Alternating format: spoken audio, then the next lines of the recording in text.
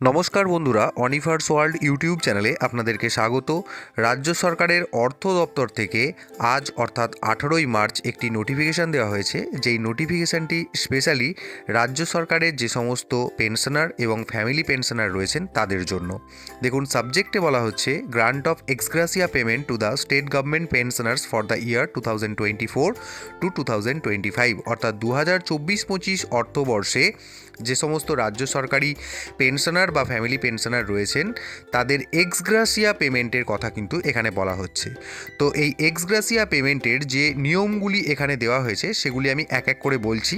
তো প্রথমেই দেখুন বলা হচ্ছে হু রিটায়ার্ড প্রায়র টু 30/9/2024, অর্থাৎ যে সমস্ত রাজ্য সরকারি কর্মচারীরা যারা 30শে সেপ্টেম্বর 2024-এর আগেই রিটায়ার করে গেছেন তারা পাচ্ছেন এই এক্সগ্রাসিয়া। আরেকটা বিষয় যেটা রয়েছে যে and also the pensioners who retired or died after 30/9/2024 but prior to 1/9/2025, অর্থাৎ সেই সমস্ত কর্মচারীরা বা পেনশনাররা যারা 30শে সেপ্টেম্বর 2024-এর পরে কিন্তু 1 সেপ্টেম্বর 2025-এর আগে রিটায়ার করেছেন বা মারা গিয়েছেন তারাও কিন্তু এই এক্সগ্রাসিয়া পাচ্ছেন।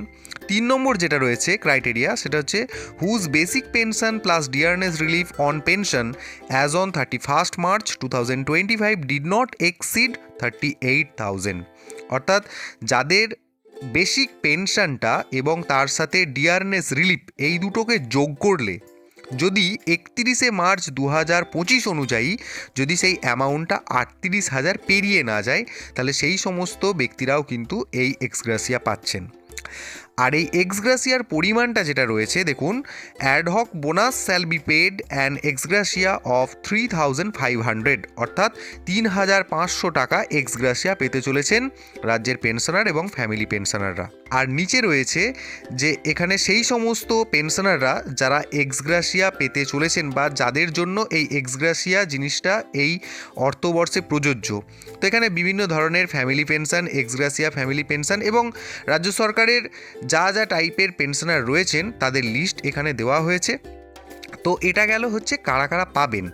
তো তার সাথে সাথে রয়েছে এখানে দেখুন কারা কারা পাবেন না, will not be admissible to the special categories of pensioner.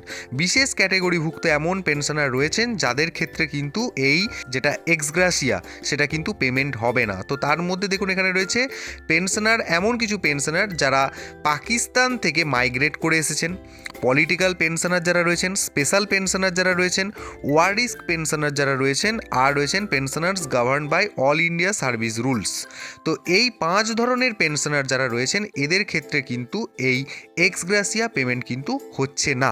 আর 5 নম্বরে আরও কিছু ক্রাইটেরিয়া রয়েছে যেখানে বলা হচ্ছে the benefit will not be admissible to those who are entitle to ad hoc bonus sanctioned by the state government, অর্থাৎ যে সমস্ত কর্মচারী ধরুন এই অ্যাডহক বোনাস বা এই বছরেই হয়তো তারা রিটায়ার করে গেছেন এবং তারা অলরেডি হয়তো অ্যাডহক বোনাস তাদের জন্য কিন্তু পারমিসেবল বা অ্যাডমিসেবল হয়ে গিয়েছে, তো সেই ব্যক্তিগণ কিন্তু এই এক্সগ্রাসিয়া আর পাবেন না।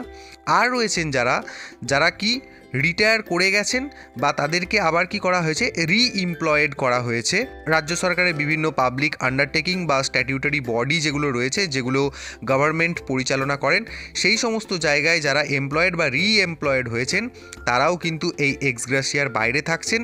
তো এই কয়েকটি নিয়ম এখানে দেওয়া হয়েছে, যেই নিয়মগুলির আওতায় যারা থাকছেন তারাই কিন্তু এক্সগ্রাসিয়া হিসেবে পাচ্ছেন, আর যারা থাকছেন না তারা কিন্তু এক্সগ্রাসিয়া পাচ্ছেন না। আর এখানে রাজ্য সরকারি কর্মচারীদের মতোই এই যে 3,500 টাকা এক্সগ্রাসিয়া কখন পেমেন্ট দেওয়ার কথা বলা হয়েছে, যে সমস্ত মুসলিম রাজ্য সরকারি পেনশনার রয়েছেন তাদেরকে ঈদুল ফিতরের আগেই কিন্তু এই এক্সগ্রাসিয়া স্যাংশন করে দেওয়ার কথা বলা হচ্ছে। মুসলিম বাদ দিয়ে অন্যান্য ধর্মাবলম্বী যে সমস্ত পেনশনার এবং ফ্যামিলি পেনশনার রয়েছেন তাদেরকে দেওয়া হবে 15ই সেপ্টেম্বর 2025 থেকে 19শে সেপ্টেম্বর 2025-এর মধ্যে তাদের কিন্তু এই 3,500 টাকা এক্সগ্রাসিয়া কিন্তু ডিসবার্স করে দেওয়া হবে। তো যাই হোক, পেনশনার এবং ফ্যামিলি পেনশনারদের এই এক্সগ্রাসিয়া বিষয়টা নিয়ে আমি কিন্তু আপনাদের সাথে আলোচনা করলাম। তো আমি আশা করব এই ভিডিওটি আপনারা সবার সাথে শেয়ার করবেন এবং যারা আপনারা আমার চ্যানেলে নতুন তারা চ্যানেলটিকে সাবস্ক্রাইব করতে ভুলবেন না।